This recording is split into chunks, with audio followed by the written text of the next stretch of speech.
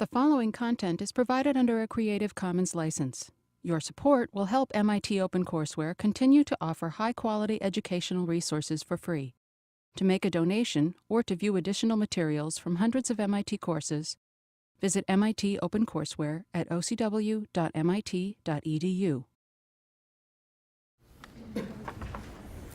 I'm going to review what we did with the Kraft inequality just a little bit because evidently a number of people were confused about this. I'm going to put a little more notation in with it.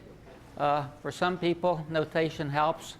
For other people, it hinders things. But after you've thought about it a little bit, a little more notation can certainly be helpful.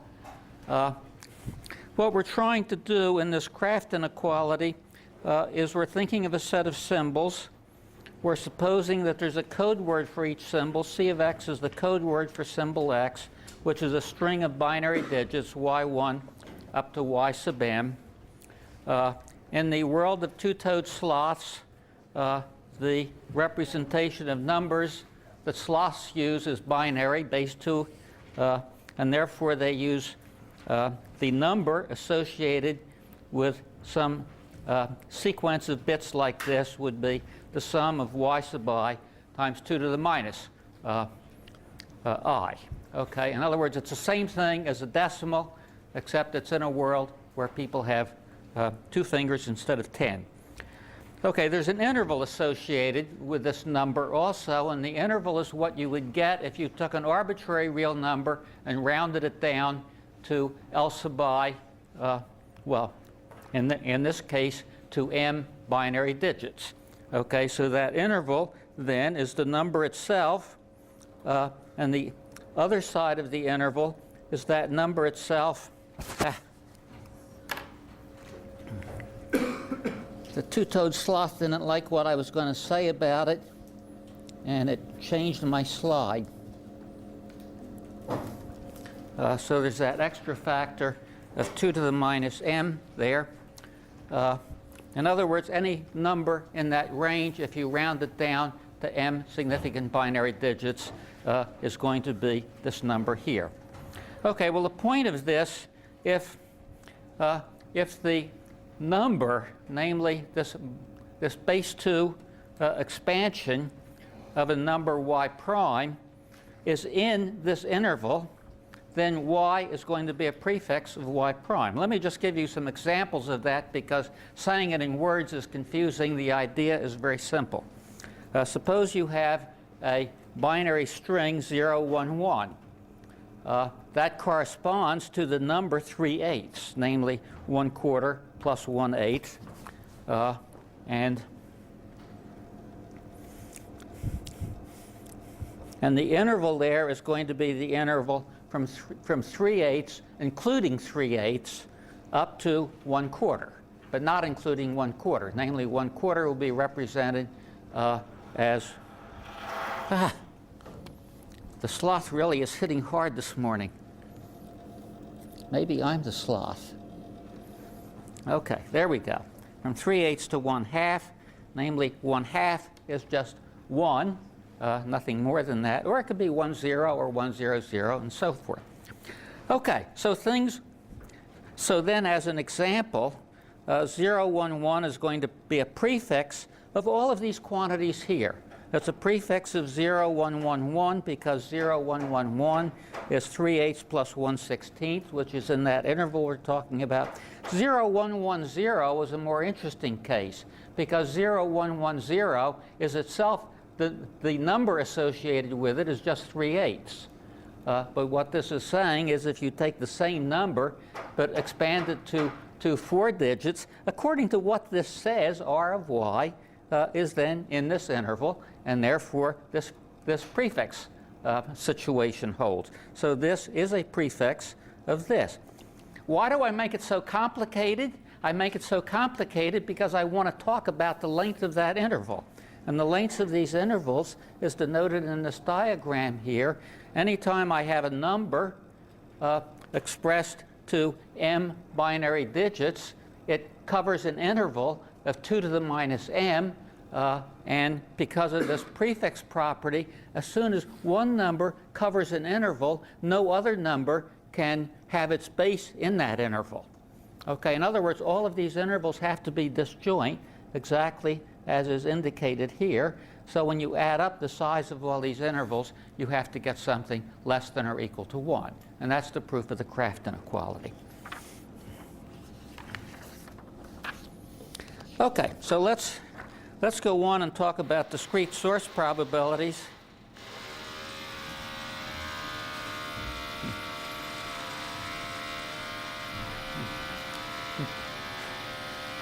Now the two-toed sloth has gotten his machine out there. He's really mad at me this morning.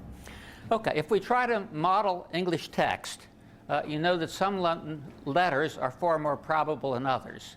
Namely, if you take an enormous amount of English text and you measure the relative frequency with which each letter occurs, you'll get more or less stable relative frequencies if you take enough text.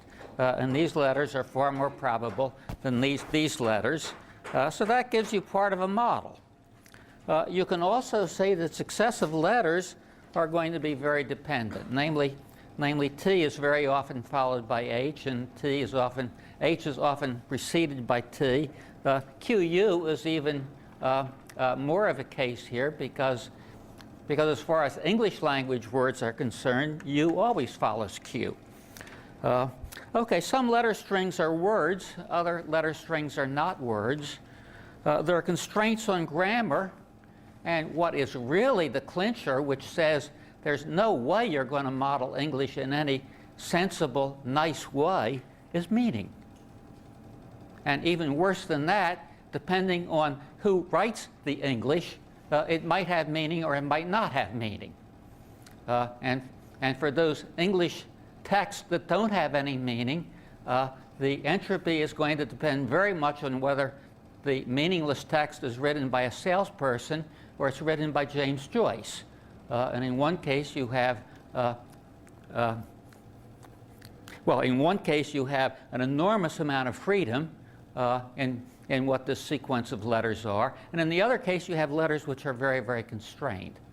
Okay, so what's the point of this?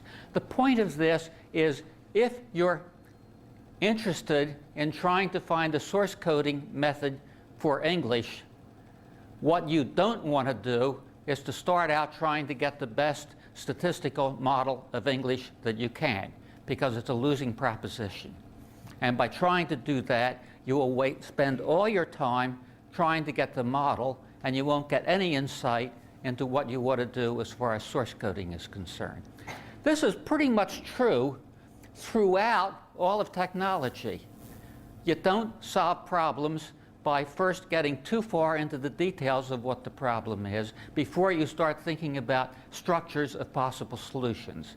In other words, we always deal with technological problems by dealing with toy problems first.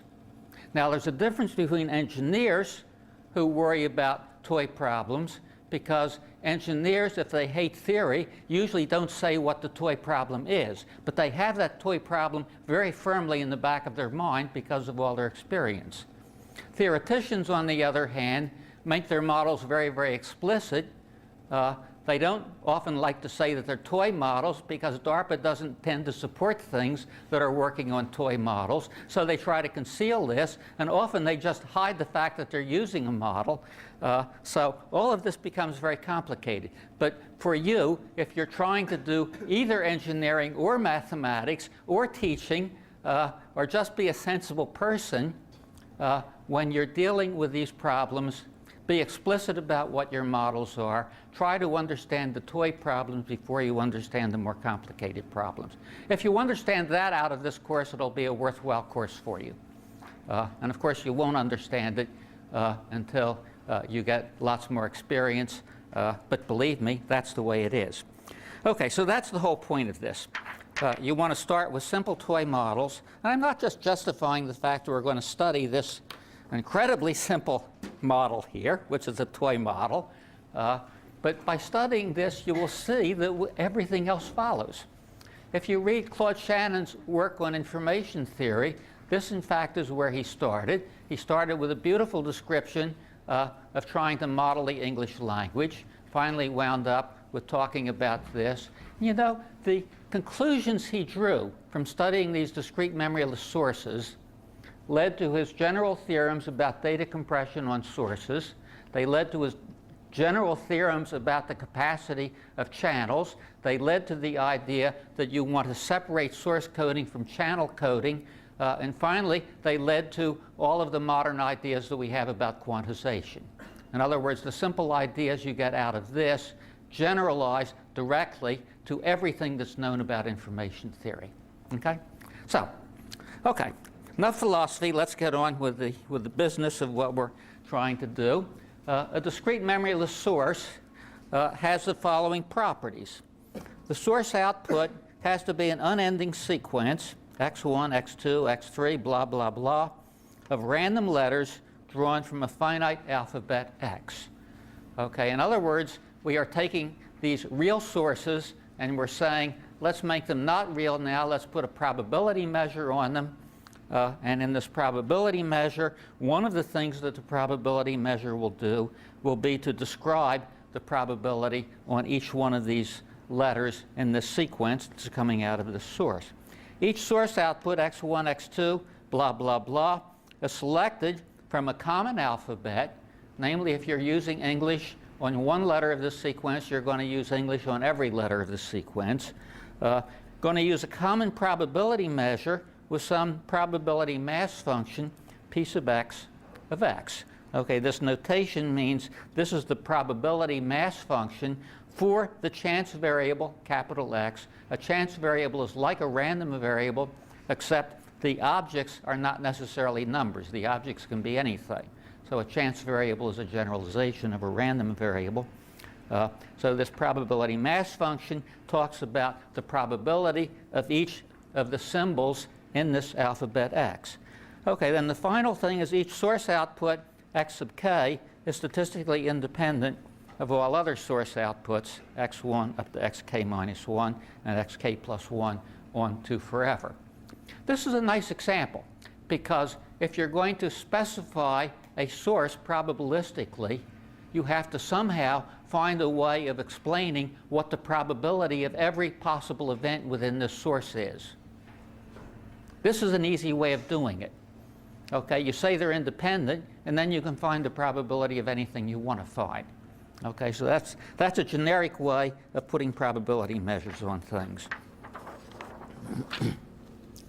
Okay, so then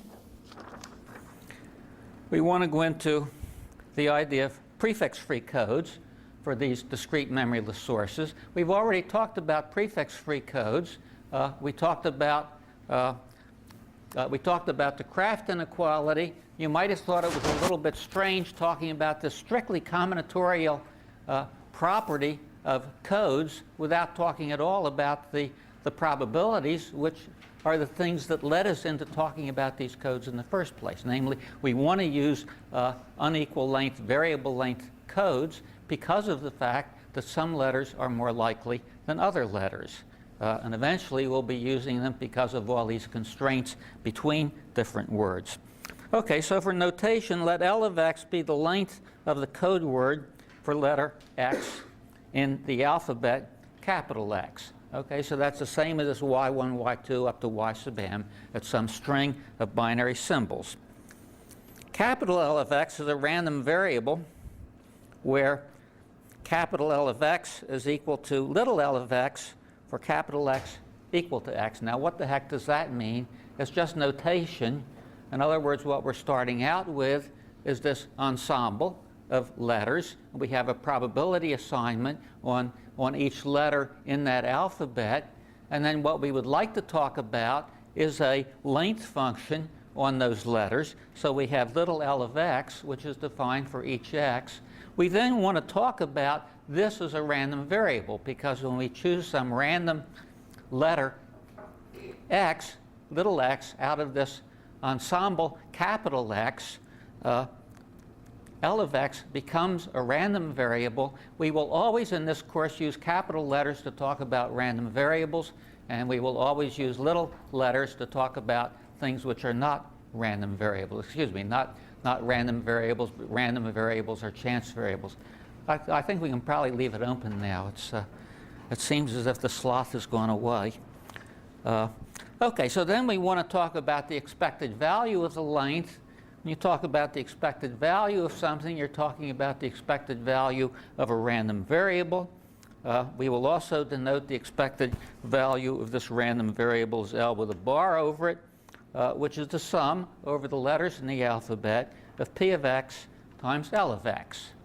Okay, so all of this is what you would do anyway if you never thought about this. Until at some point when you're taking a quiz or something, you start to get confused and say, what is this stuff all about? I don't have any idea what this means after you've written 5 pages of stuff. So it's worthwhile spending a little bit of time sorting that out. Okay, so L bar is the number of encoder output bits per source symbol in some strange sense. Namely, it's this expected value.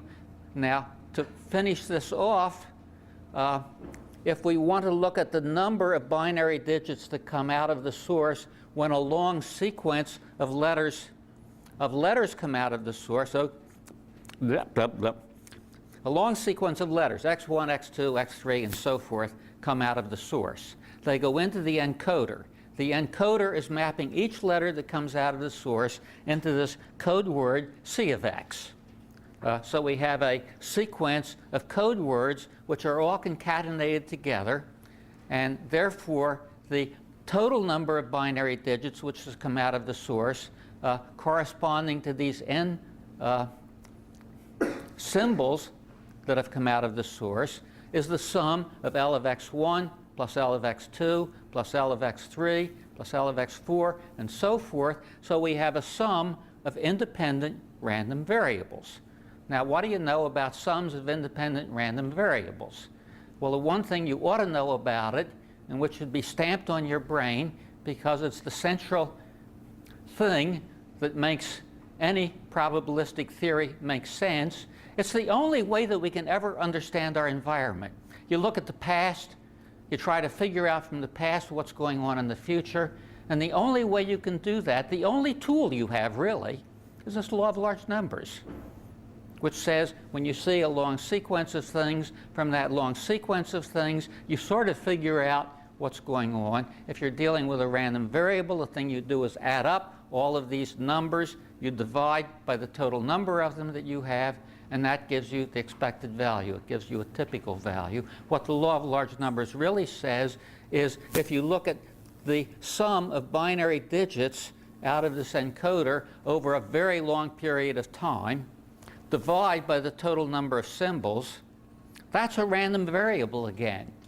And this random variable is with high probability going to be very, very close to this expected value, which is this quantity here. Okay, in other words, the ensemble average, which is this, is going to be very close to the time average, and the time average now is a random variable. And that's what the law of large numbers says. You see, the problem that we all have dealing with real-world problems is that there's nobody to tell us this is what the ensemble is, unless you believe somebody that doesn't know. And the only real evidence that you have is the actual sequence, and from the actual sequence, you then look at what happens for this particular sequence. You then build a model, and your model, by definition, has the expected value of L going to be equal to the expected value in the model that you've chosen. Okay, so what's your objective? Your objective in trying to form a prefix-free code then is to find a set of integers, L of x, which satisfy the Kraft inequality, and they minimize L bar. In other words, what we're trying to do, if we're trying to choose a code which minimizes the expected length of the code, which is really over a long period of time going to minimize the number of binary digits that come out of the source encoder, what we want to do is to choose these integers to minimize this. Okay, so what we're going to do now is suppose our alphabet is just 1, 2, up to capital M. What am I doing here? I'm saying we don't care about what these symbols are called anyway. It's totally irrelevant what the names of the symbols are. So I will name them 1, 2, up to capital M. Probability mass function, then, I can denote as P sub 1 up to P sub capital M. In other words, I've gotten rid of all these x's that were lousing up our equations all along. And I'll denote the unknown lengths by L1 up to L sub M. Okay, so the problem is somebody gives you this set of numbers, P1 to P sub M, which is a PMF. In other words, these numbers add up to 1, and tells you I want a prefix-free code which minimizes this expected length, namely the expected value corresponding to these lengths here. So the expected length, to minimize it, what we want to do is to minimize over the choice of L1 up to L sub M. Subject to the Kraft inequality, we want to minimize this expected value. So we have a nice, clean mathematical problem now.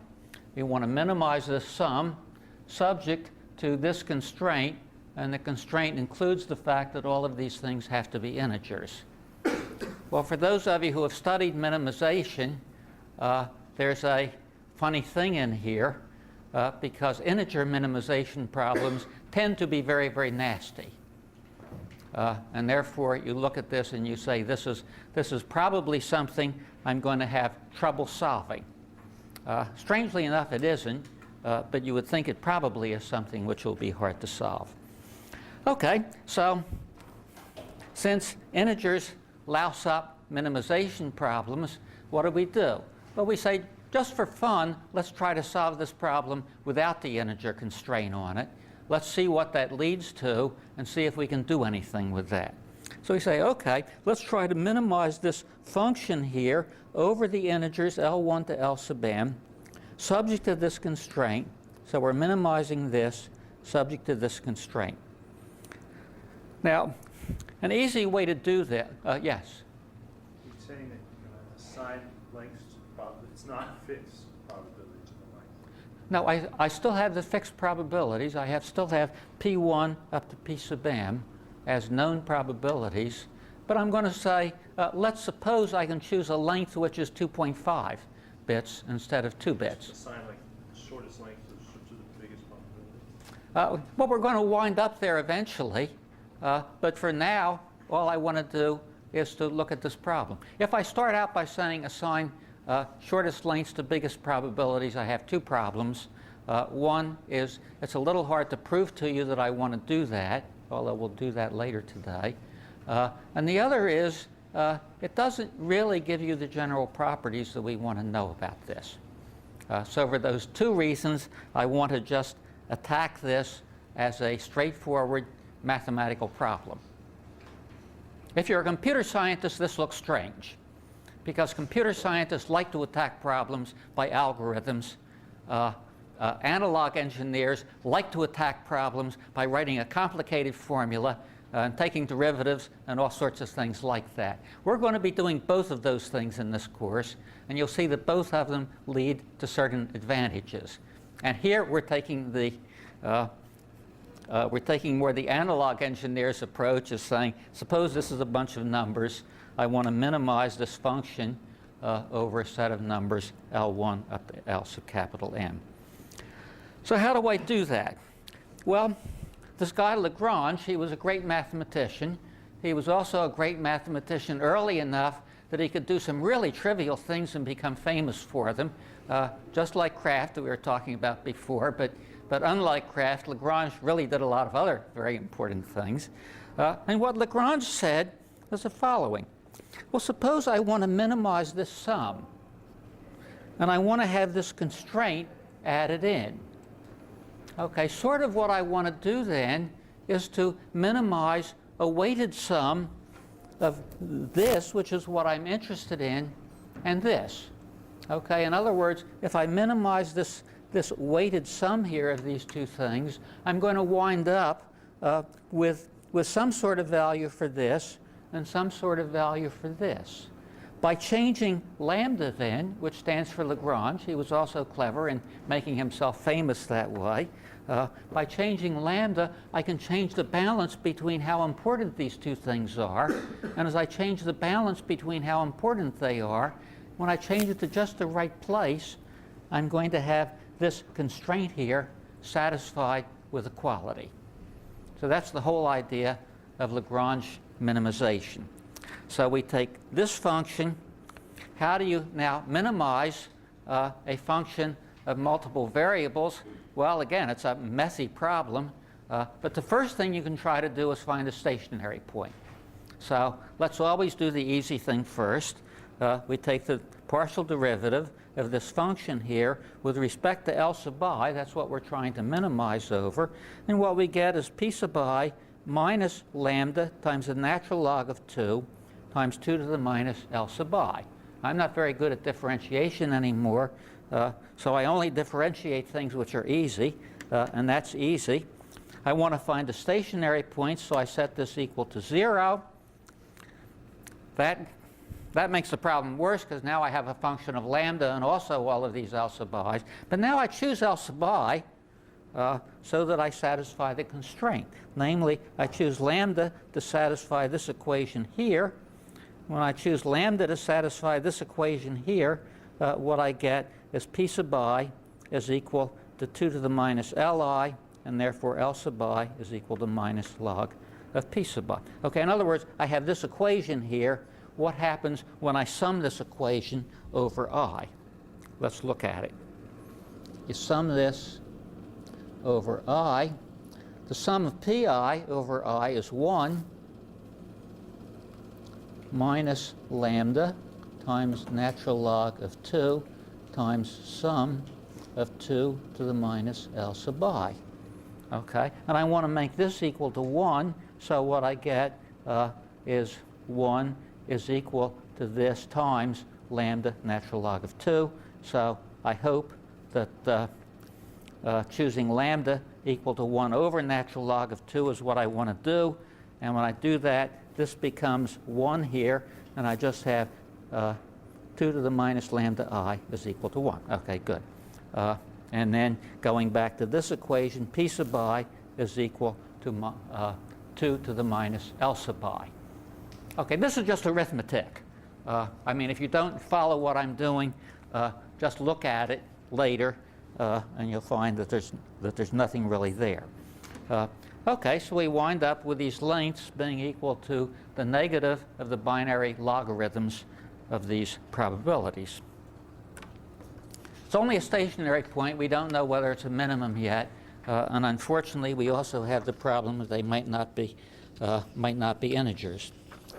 But anyway, what we wind up with then, if we ignore looking at these problems for the time being, is that the lengths are going to be equal to this. The expected value of the lengths is then going to be equal to the sum over I of minus P sub I times the logarithm of P sub I.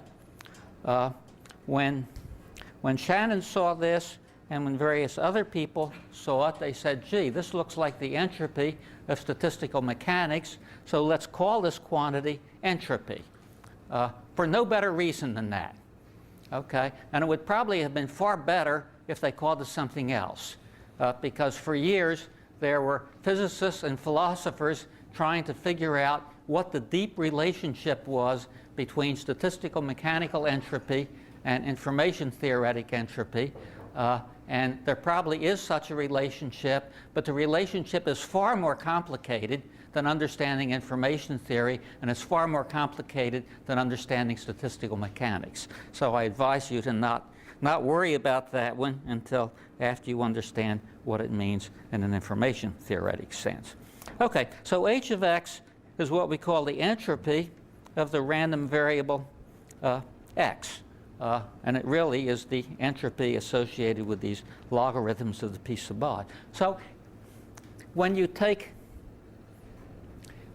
functions of a random variable carries along a lot of baggage with it, including the probabilities of everything. And when you take the expected value of a random variable, the individual values of the sample points of that random variable are important, and the probabilities are important. Here we have something even stranger, because it's only the probabilities that have anything to do with it. And this makes sense. We already said that these symbols have nothing to do with this problem we're dealing with. You can call the symbols whatever you want to call them, and therefore the only thing of any interest to us is these probabilities that we're dealing with. Okay, so h of x is a function only of these probabilities. It's the expected value of minus log p sub I. This is called entropy. And in fact, we will find out very shortly that it really is the minimum number of bits per source symbol needed to represent the source. In other words, when we generalize the problem from just plain ordinary garden variety prefix-free codes, we will find that this number is really what characterizes the whole problem for discrete memoryless sources. So let's go on and say more about that. Let's say something about bounds on the entropy. First, what's the relationship between the entropy and this minimum of the expected length that we started to talk about? And I claim that h of x is less than or equal to L min, which is less than the entropy plus 1. And why is that? We already have the machinery to see this. We almost have the machinery to see this. Namely, we have solved this minimization problem. We've only found a stationary point, but we've ignored the fact that we have an integer constraint. So if you allow me to say for the time being that, in fact, when we solve the problem without worrying about integers, that it actually gives me a minimum, then, in fact, this follows very easily. Because what I'm going to do is to find those optimal lengths, which are non-integers, and then I can solve the prefix condition and get a code by simply increasing each of those numbers to the next integer up. In other words, I can take the ceiling function of each of those real numbers to get an integer. When I take the ceiling function, 2 to the minus L sub I is going to go down, so the Kraft inequality is still satisfied. So the entropy has to be less than or equal to this average, has to be less than h of x plus 1. Okay, so the average is equal to h of x if and only if each of these probabilities is an integer power of 2 to start with. Okay, in other words, the solution I came up with before is that the length I wanted should be equal to minus the logarithm to base 2 of p sub I. So if p sub I is already a power of 2, then I'm home free because I just picked that length to be minus log of p sub I, and it happens to be an integer, and I don't have to round it up. Okay, so if I let L1 to Lm be these code word lengths, here's where I'm going to prove this to you. And the proof is the following. I want to prove that h of x is less than or equal to L min, which I'll just call here L bar. So h of x minus L bar is equal to, this is the entropy, this is the expected length here. I can rewrite this as the sum of p sub I times logarithm of 2 to the minus L sub I divided by p sub I. That's just arithmetic. L sub I is equal to the logarithm of 2 to the L sub I. It's equal to minus the logarithm of 2 to the minus L sub I. So I get this. There's an inequality. Hate to call it an inequality. It's so trivial that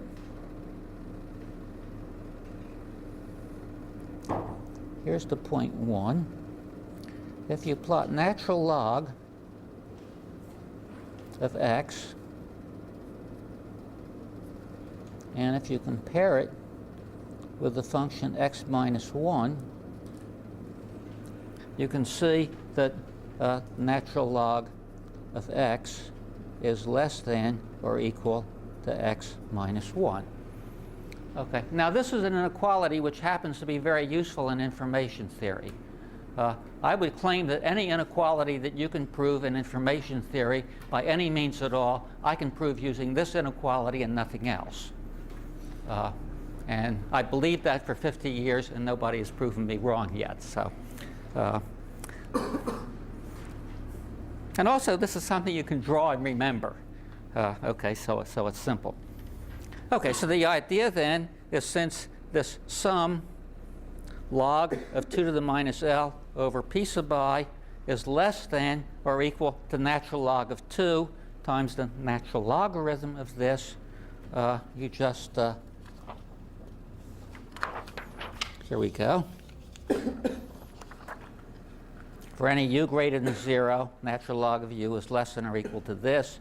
So the logarithm to the base 2 of u is less than or equal to the logarithm to the base 2 of e, which is some number, times u minus 1, with equality at u equals 1. So this is less than or equal to this. And look how nice that is. The p sub i's cancel out, and you get the sum over I of 2 to the minus Li minus p sub I is less than or equal to 0. And equality occurs if and only if p sub I is equal to 2 to the minus Li. Okay? So that's all there is to it. And that establishes that, well, it establishes part of this theorem here, and the other part we already established. So, and if you don't believe me, the notes do it more carefully. Okay, well, this left a serious problem unknown, which is, how do you actually solve this integer minimization problem? How do you solve it if you have a big, long, complicated source with lots of probabilities in it? And everybody thought it was hopeless. Even Shannon thought it was hopeless.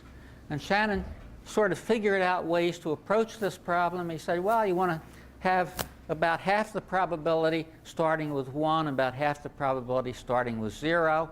So he would divide up the symbols in the alphabet so he could come as close as possible to have half of them being up here and half of them coming down here.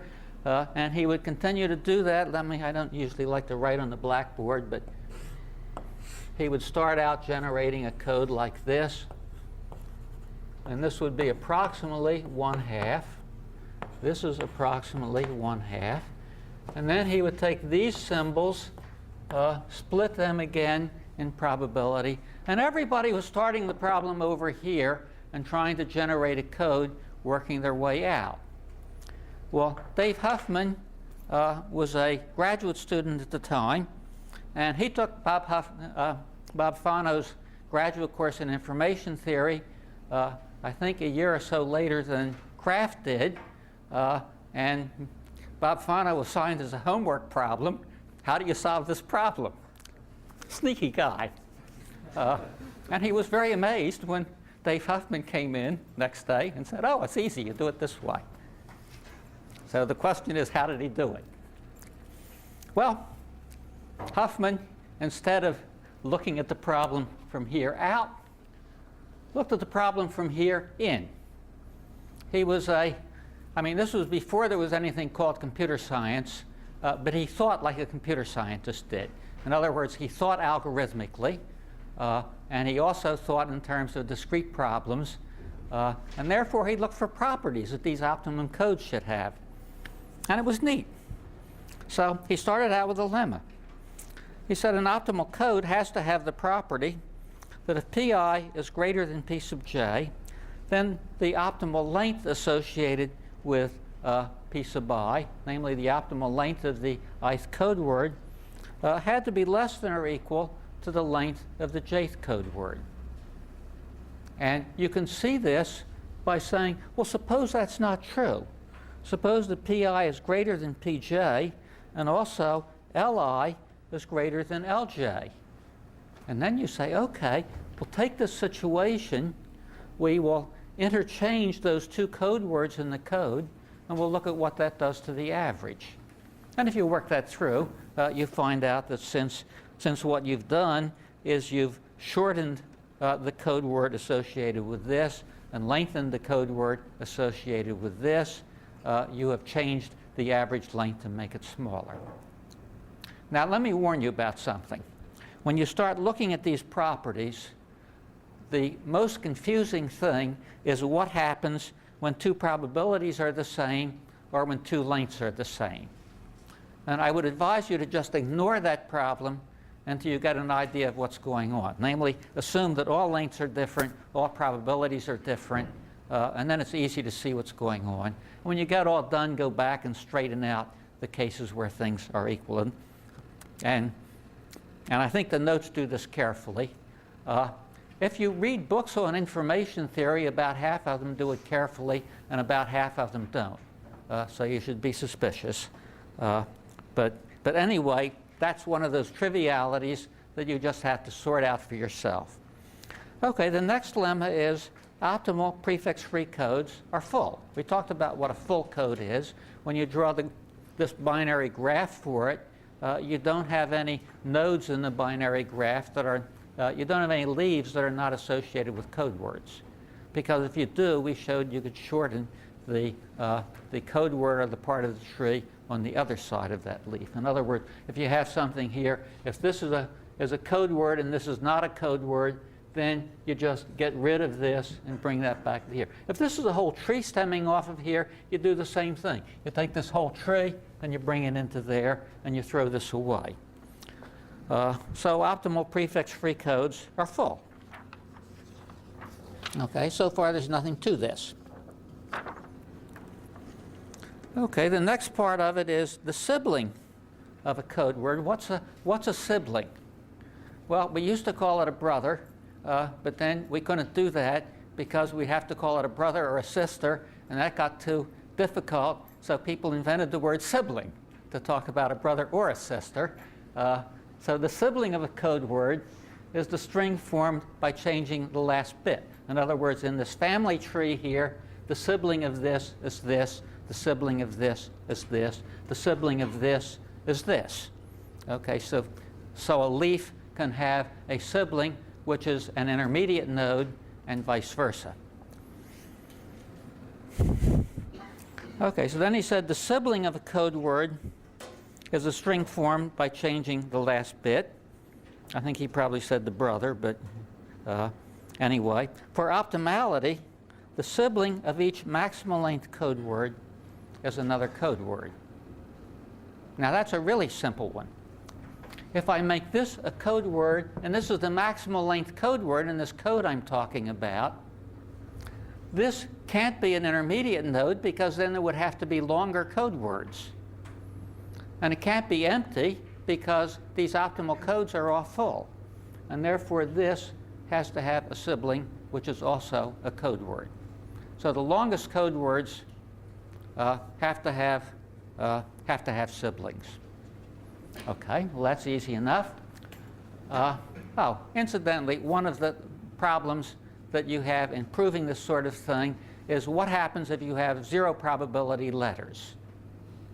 Well, we just get rid of that problem and say, well, there aren't any zero probability letters because if we want to come up with a sensible model for something, we're not going to create a code word for something that can't happen. So there are no zero probability letters in this alphabet. I mean, if you want to put them in, it just complicates the whole thing, and you can do it. Okay, then finally, there's this lemma which says there is an optimal prefix-free code in which after you order the probabilities of all of the messages, namely you order P1 to be greater than or equal to P2, greater than or equal to P sub n. In other words, we just rename the letters in the alphabet so that letter M is less likely than letter M minus 1, and so forth, back to 1. 1 is the most probable, M is the least likely. Well, we've already concluded that we want to assign the longest messages to the least probable code words. And this says take the two least probable code words, and we can always make an optimal code in which those two code words are siblings. And the reason for that is one of them is not going to be longer than the other, or else you can shorten the code by interchanging things. Okay, so there is an optimal prefix-free code in which the code word for M minus 1 and the code word for M are maximal length and they're siblings. Okay, so the Huffman algorithm first combines these two and then looks at the reduced tree with m minus 1 nodes. Let me show you an example of that. So it starts out, here I've ordered the probabilities associated with a set of symbols. The symbols are 1, 2, 3, 4, 5. The two least likely messages are 0.1 and 0.15. Obviously, I could have interchanged these two if I want to, but why interchange them? So I say, okay, the last digit on this one I'm going to assign to be a 0. The last digit on this I'm going to assign to be a 1. And the important thing is I'm going to make them siblings in this tree. And what I'm going to do now, terribly complicated thing, instead of building a tree from left to right, I'm going to build a tree from right to left. So when I get all done with the tree, it's going to come in like this. And what I'm doing is starting out at the end to start to build the end of the tree. And what happens after I go through this first step is I say, okay, there is an optimal code in which these two quantities are siblings of maximal length. I now want to form an optimal code for these probabilities here. So I go back and I iterate again, and I said, okay, if I have these probabilities here, what's the optimal code? Well, I could reorder the things, but now I know that the only thing I'm interested in is the two least likely symbols in this new alphabet here, which is 0.2 and 0.15. So I combine those together. I tie them together as siblings in this last generation, however it works out. So then I have an alphabet of size 3. And then down here, I have these two things tied together, these two things tied together. So I have a node of probability 0.25. I have a node of probability 0.35, and I have a node of probability 0.4. I take the two least likely, and I tie them together. And then I have two nodes left, one with probability 0.6 and one with probability 0.4.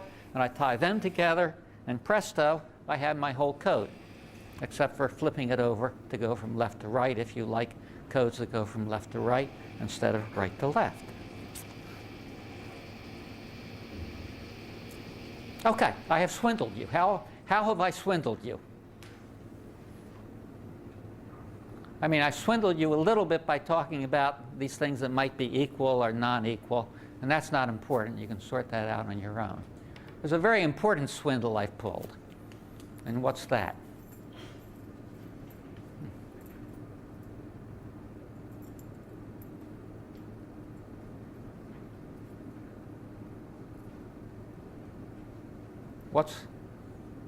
What's very incomplete in this argument? This part is fine. Nothing wrong here. We have a lemma which says you can find an optimal code by tying these two things together.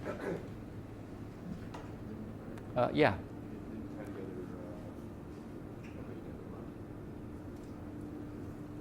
Combine those two combination. You're saying, how do I know to combine these two? Okay, which means what? Yeah? That they're independent. What? Because you just added the probabilities. I've just added those two probabilities, so I have a new ensemble where I have four probabilities, 0.25, 0.15, 0.2, and 0.4. That's on the case they're independent. And that's fine. I still have these things. No, there's no independence involved here at all. I started out with 5 letters, which are disjoint. I now have 4 letters that are disjoint.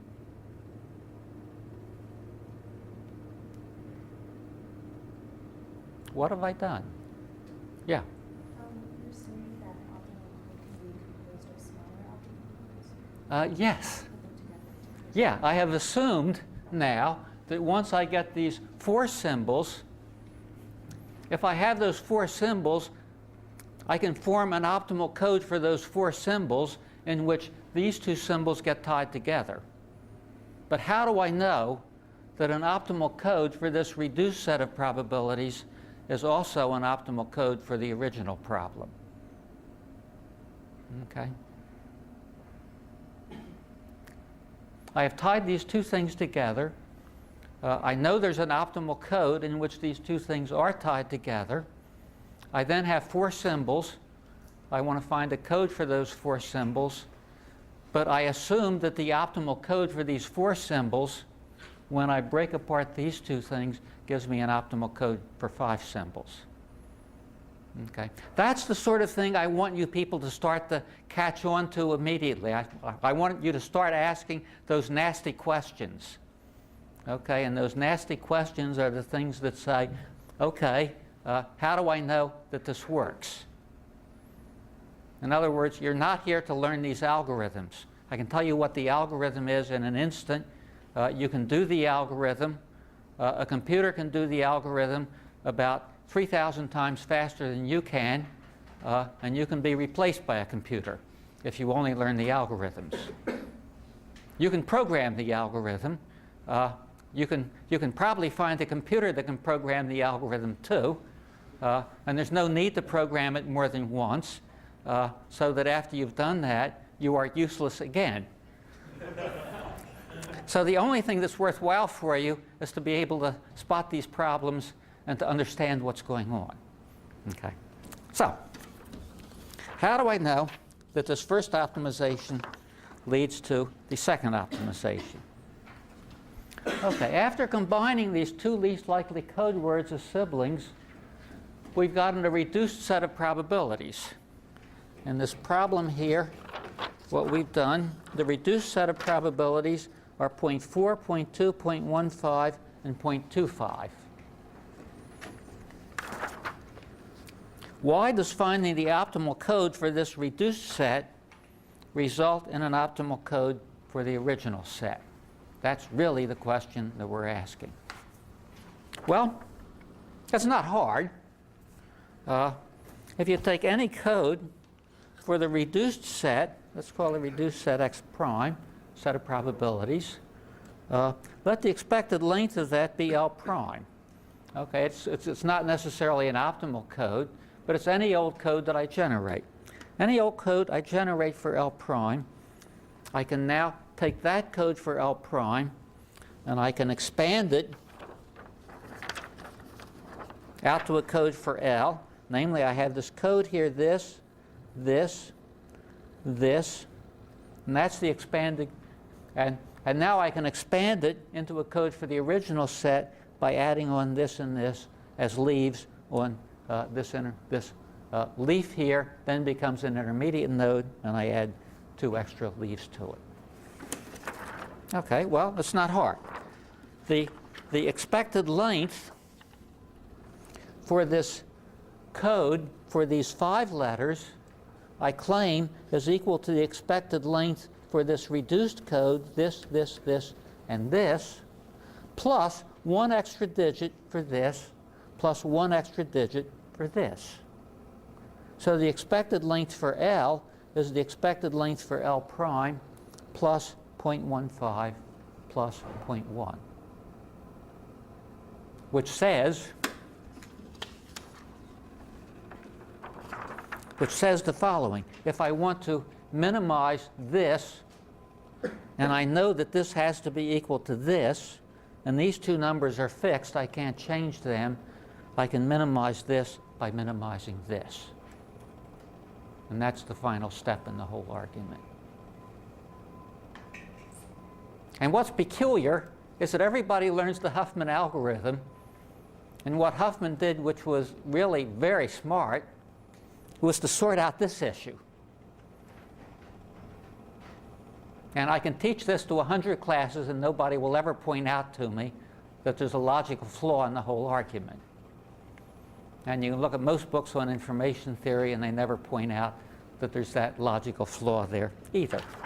So anyway, that's the end of Huffman's algorithm. You can see when you look at this that this is really an extraordinarily easy thing to do.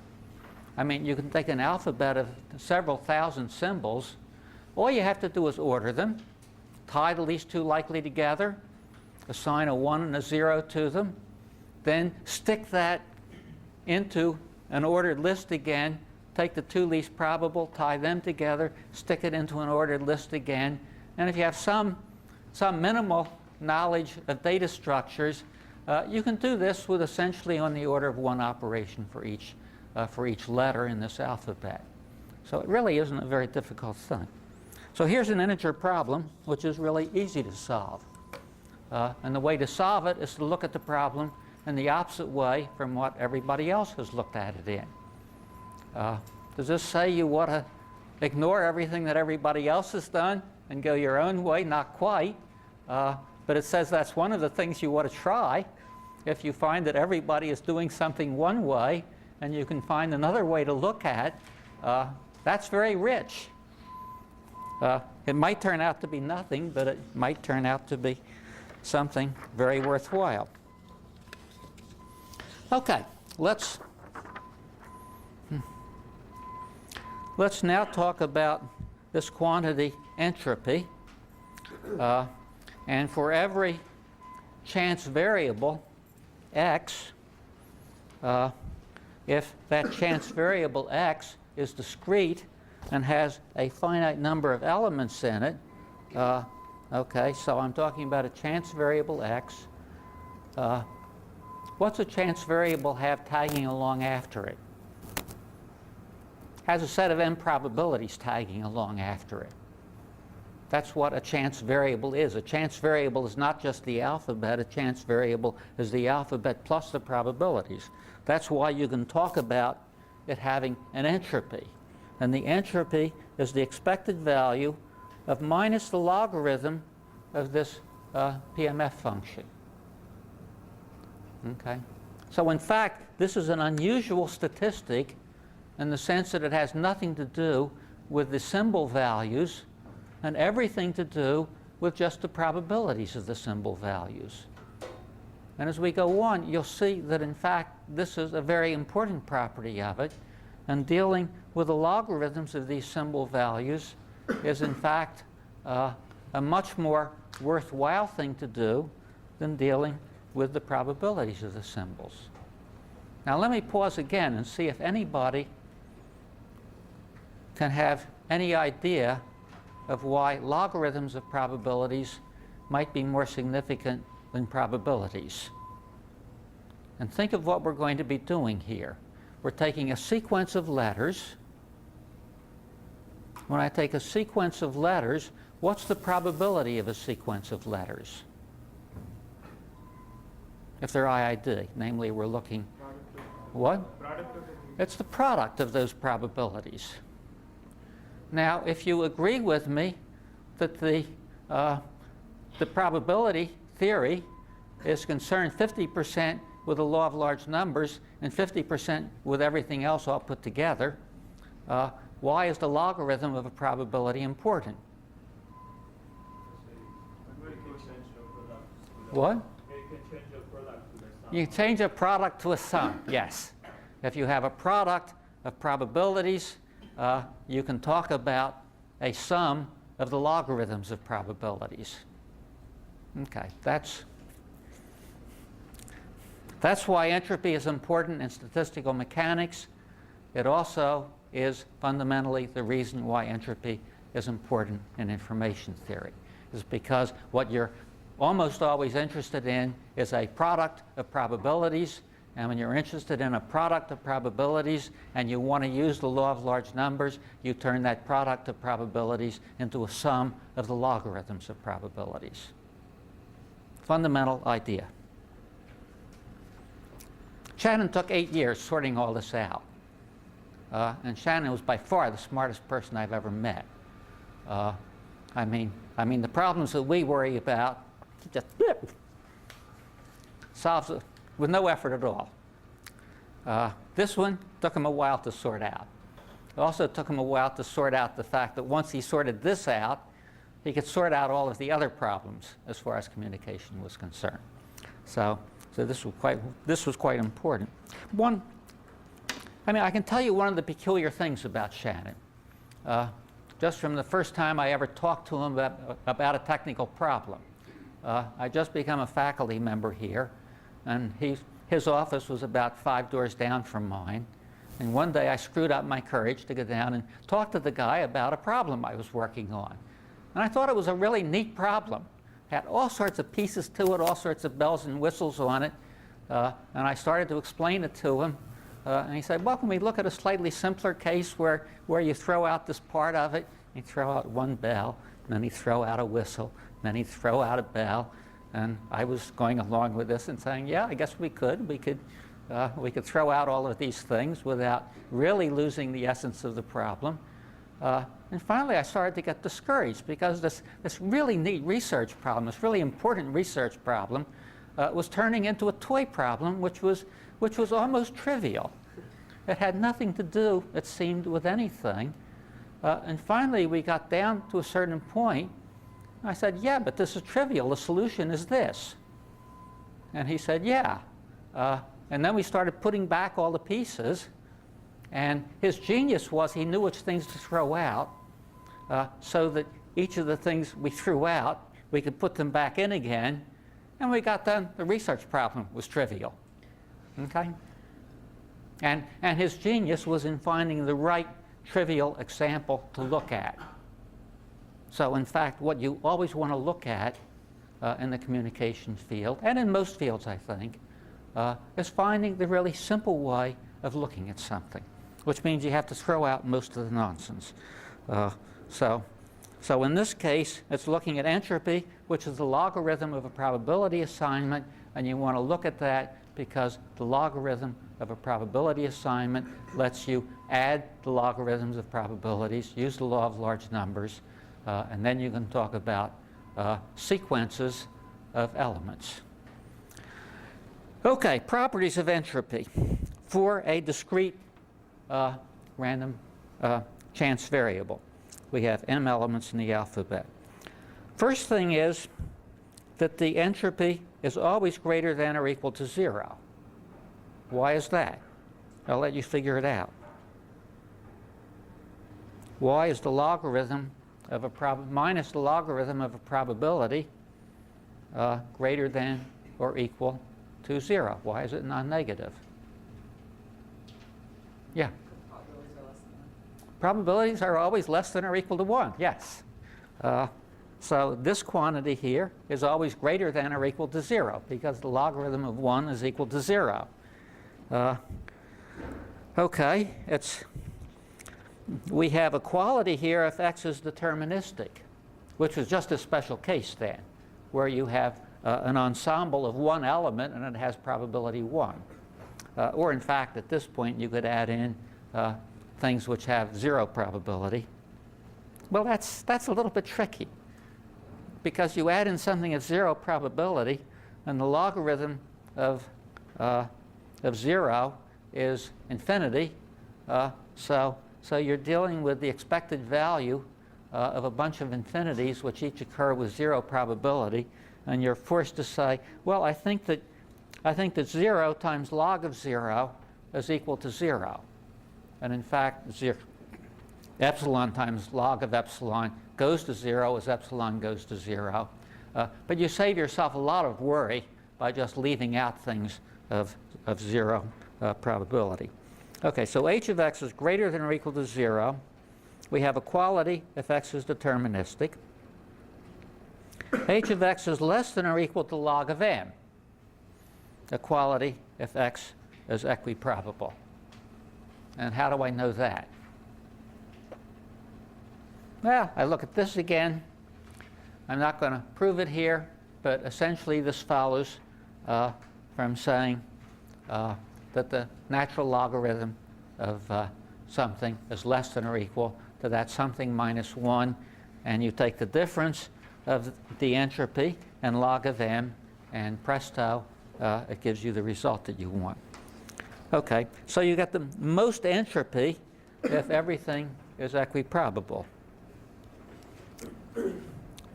For any code satisfying the Kraft inequality, the entropy is less than or equal to L bar. Well, that's what we already proved. Okay, namely in the middle of the lecture, we showed that for any code that satisfied the Kraft inequality, the entropy was always less than or equal to L bar, because the entropy is what you get if you minimize the expected length without the integer constraint, and L bar is what you get, well, L bar min is what you get when you minimize it with the integer constraint. And when you don't bother about minimizing it, you get something bigger than L min. So this is less than or equal to the length of any code word. For the very best code word, for the very best code, the expected value of the minimum is less than or equal to the entropy plus 1. And you get that just by adding to each non-integer length the ceiling function, which gives you at most 1 extra digit for each code word. Now here's the more interesting one. For independent chance variables, x and y, and here's where the nice part about notation comes along. What's the entropy of xy? Well, what do I mean by xy first? I have a chance variable x, and this chance variable x has an alphabet associated with it, x1 up to x sub m. I have a chance variable y. It has an alphabet associated with it. What's the sample space? What's the set of events corresponding to the chance variable xy? By xy, I mean a chance variable whose elements are the possible values of both x and y. So I'm talking about the joint ensemble of x and y. I have a bunch of possible values for that, and those possible values, if I have m possibilities for each, I have m squared possible values for the two of them. So I'm talking about the expected value of the log minus the logarithm of the probability of x and y. Okay, in other words, I am trying to take the, let me write it out. I'm probably giving conniptions to, no, okay.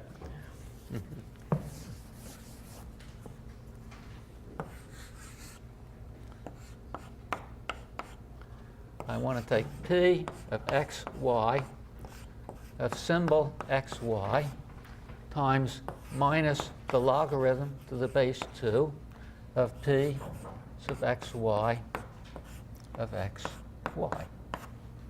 Okay? That's what this means if I write it out. Well, this probability here is p sub x of little x times p sub y of little y. Why is that? Because I'm assuming that they're independent of each other. And therefore, the probability of two of them is the product of the probabilities times minus log to the base 2 of p sub x of x minus logarithm to the base 2 of p sub y of y. And I'm summing this over all x and all y. And the more sophisticated way to write this, things that I say in lecture you don't have to copy down because they're always in the notes. If they're not in the notes, it's probably wrong anyway. So, okay, so this expected value is the expected value of the logarithm of the probability of xy, which is the expected value of the logarithm of p of x times p of y. And since I have a logarithm of a product, it's the expected value of minus log p of x minus log p of y, which is the entropy of x plus the entropy of y. So in other words, when I have a joint ensemble of even more independent quantities, the entropy of the sequence is equal to the sum of the entropies of the individual elements in that sequence. Okay? Okay, well, that's all I wanted to talk about today. If any of you have any questions to ask, you should ask them now. I went through Huffman coding pretty quickly because it's something where you have to do some exercises on it to sort it out. And didn't want to do any more than that. So.